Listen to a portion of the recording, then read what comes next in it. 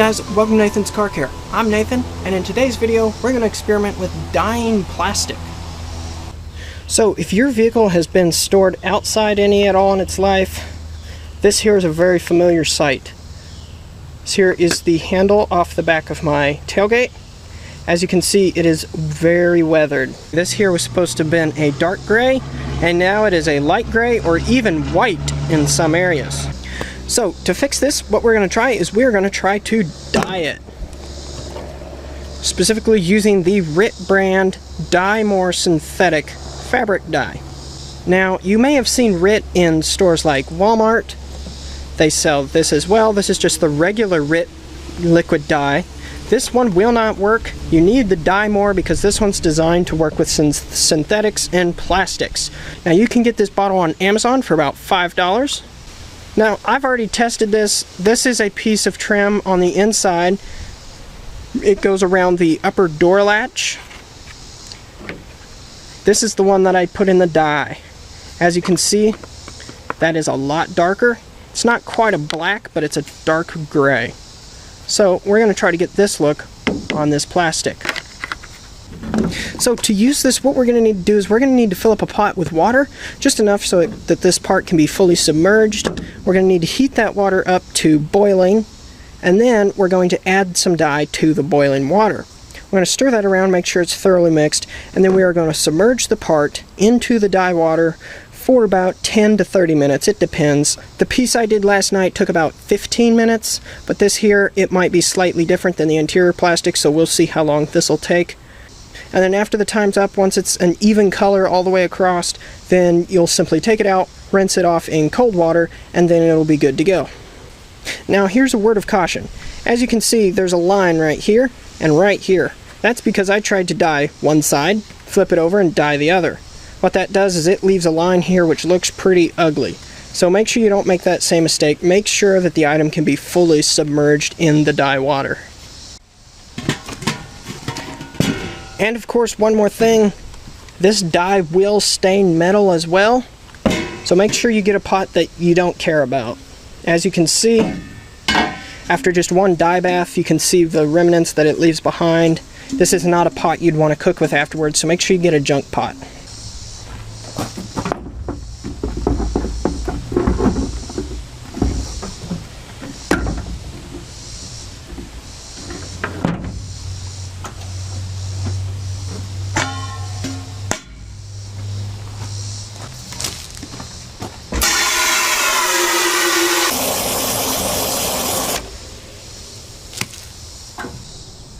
Okay, so while we wait for the water to heat up, what we want to do is we want to clean this off. We want to make sure that there's no grease or anything on here so that the dye can get to the plastic and actually soak into it.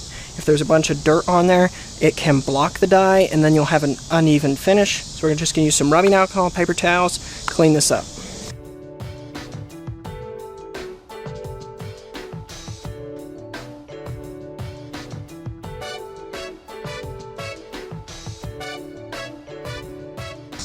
Now for this particular piece, because this whole backside's not visible, I'm not too concerned about getting the back super clean. I just want to make sure the front and then the edges are good and clean so that the dye can get in there. So I'm just going to let this dry in the sun for a bit, and then we'll put it in the dye water once the water's ready. Okay, so there's a couple more things we're going to need. We've got our pot of water. As you can see, it's at a simmer. We're going to let that get just a little bit hotter if this burner will. It said anywhere between 180 and 212, so we are well within the range right now. We'll see if it gets any hotter. So we've got our part right here. Now what I've done is I've taken a piece of old coat hanger and I've made a little device that'll suspend it in the water, so we can just set that down in the pot, and then this will hang out over the edge. That'll suspend the part in the water so it doesn't touch the bottom. I've got an old screwdriver here that I'm going to use to stir the water when we put the dye in. And then we want to have nitrile gloves, just so that we don't get the dye on our hands. And then of course you need the dye itself.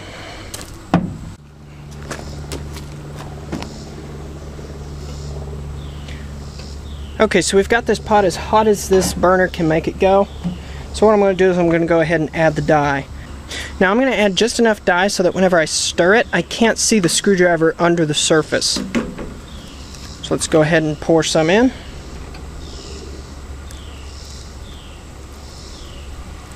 Let's try with that. Stir it around.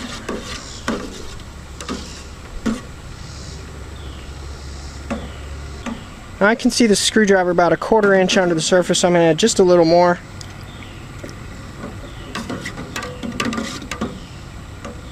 And now I can't see it till it comes out of the die. So that's going to definitely be good enough.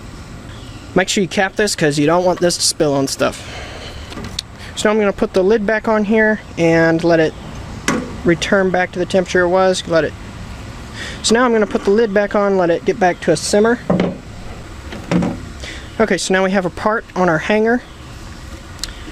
And now we're just going to put the part into the water.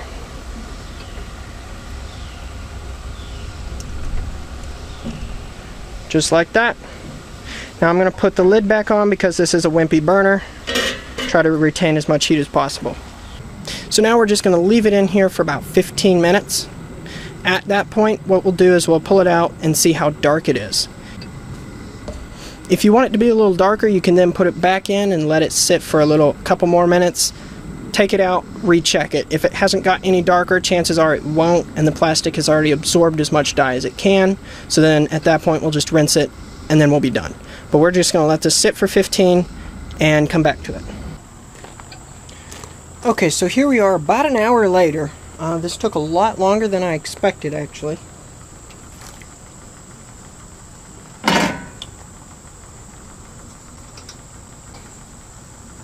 We pull it out.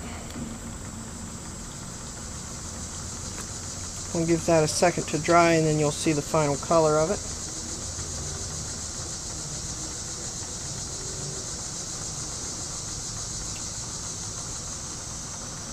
Make sure you have the gloves on again. It'll be very hot.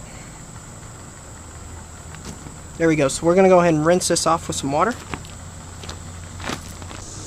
Alright, so here's the finished product. As you can see, there's a couple splotches where it didn't quite get in 100%, but this does look a whole lot better than it did. That is for certain. So this is what it looks like now, and this over here is what it looked like before we dyed it at all. So this is definitely a lot darker. It's not quite perfect, but it is a lot darker.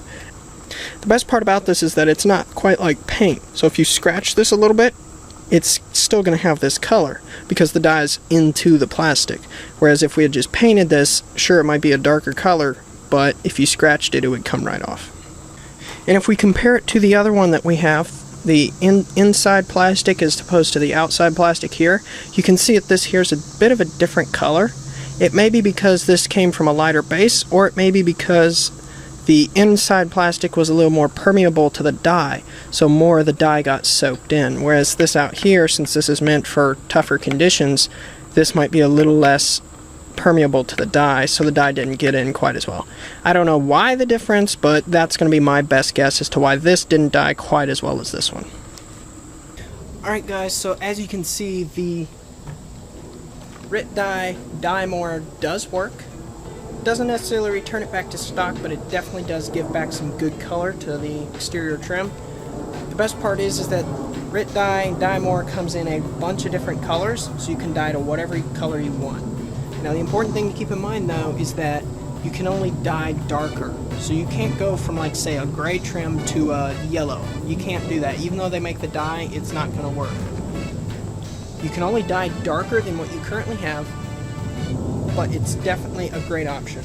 Go pick up some RIT Dye-More. Link is down in the description as always. Affiliate link, so make sure you purchase from the one down in the description of the video.